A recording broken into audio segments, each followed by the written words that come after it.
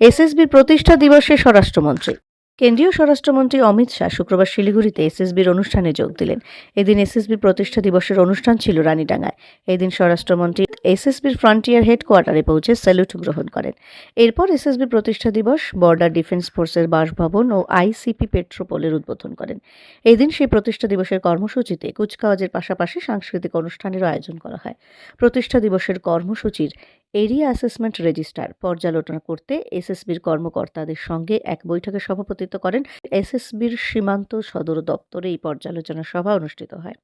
বিজেপির রাজ্য শাখার এক প্রবীণ নেতা বলেন, এসএসবির ফ্রন্টিয়ার হেডকোয়ার্টারের এরিয়া অ্যাসেসমেন্ট রেজিস্টারে পর্যালোচনা বৈঠকের পর স্বরাষ্ট্রমন্ত্রী ত্রিপুরার উদ্দেশ্যে রওনা দেন।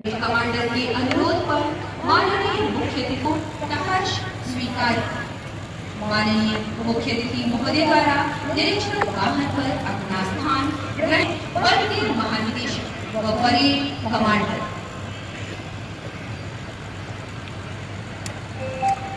माननीय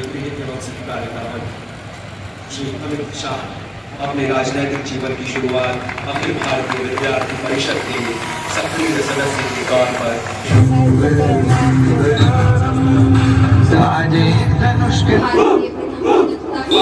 टीमेक ने माओवादियों का सामना किया जो ऊंचाई पर रणनीतिक स्थिति में थे। वहां गोलाबारी के बावजूद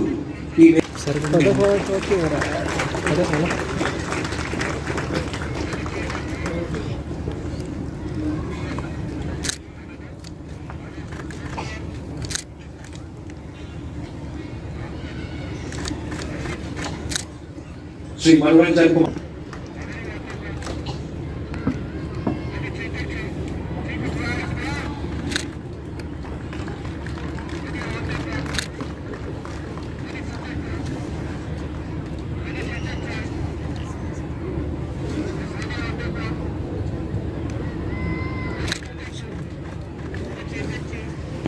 श्री शिवम कुमार सहायक commandant CIJW school वाकम Shri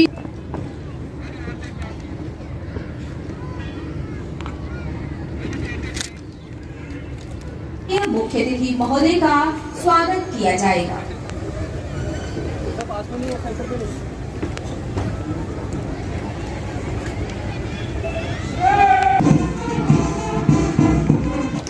sir थोड़ा इधर सर।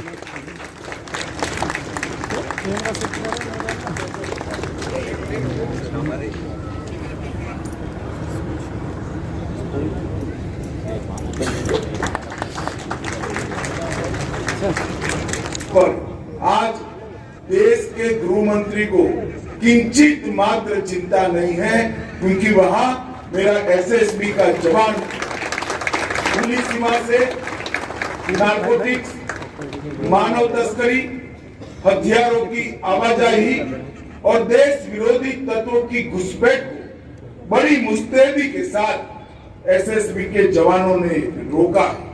इतना ही नहीं, पूर्वी क्षेत्र में नक्सल विरोधी अभियान में केवल एसएसबी ने सीआरपीएफ और स्थानीय पुलिस बल को साथ में लेकर ये पूरे पूर्वी क्षेत्र को नक्सल से मुक्त करने में एक महत्वपूर्ण भूमिका निभाई।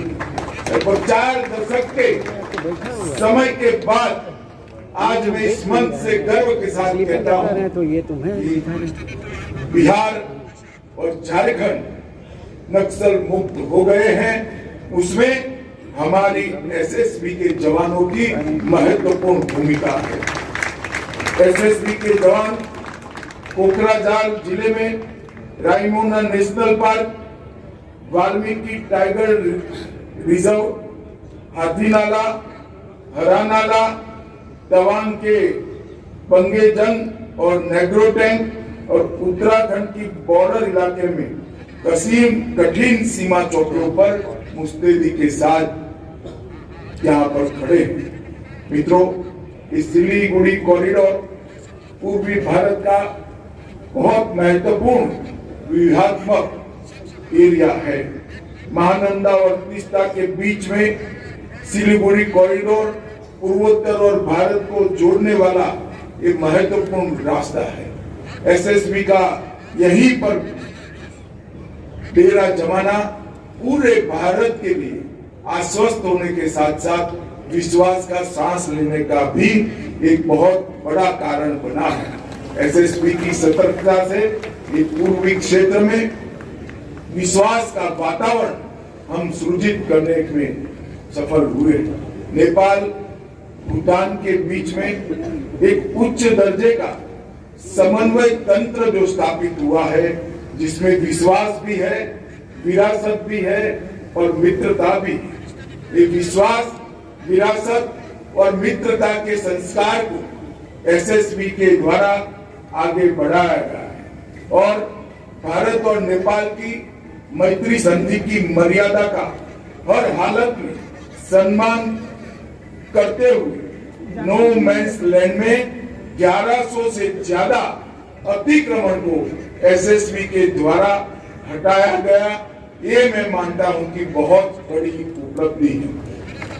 सीमा में 15 किलोमीटर तक सरकारी जमीन पर अतिक्रमणों के लिए विगत 3 वर्षों से एसएसबी ने जीरो टॉलरेंस की नीति अपनाई है और किसी भी प्रकार के विवाद के बगैर हजारों एकड़ सरकारी भूमि को अतिक्रमण से मुक्त कराने का काम किया है।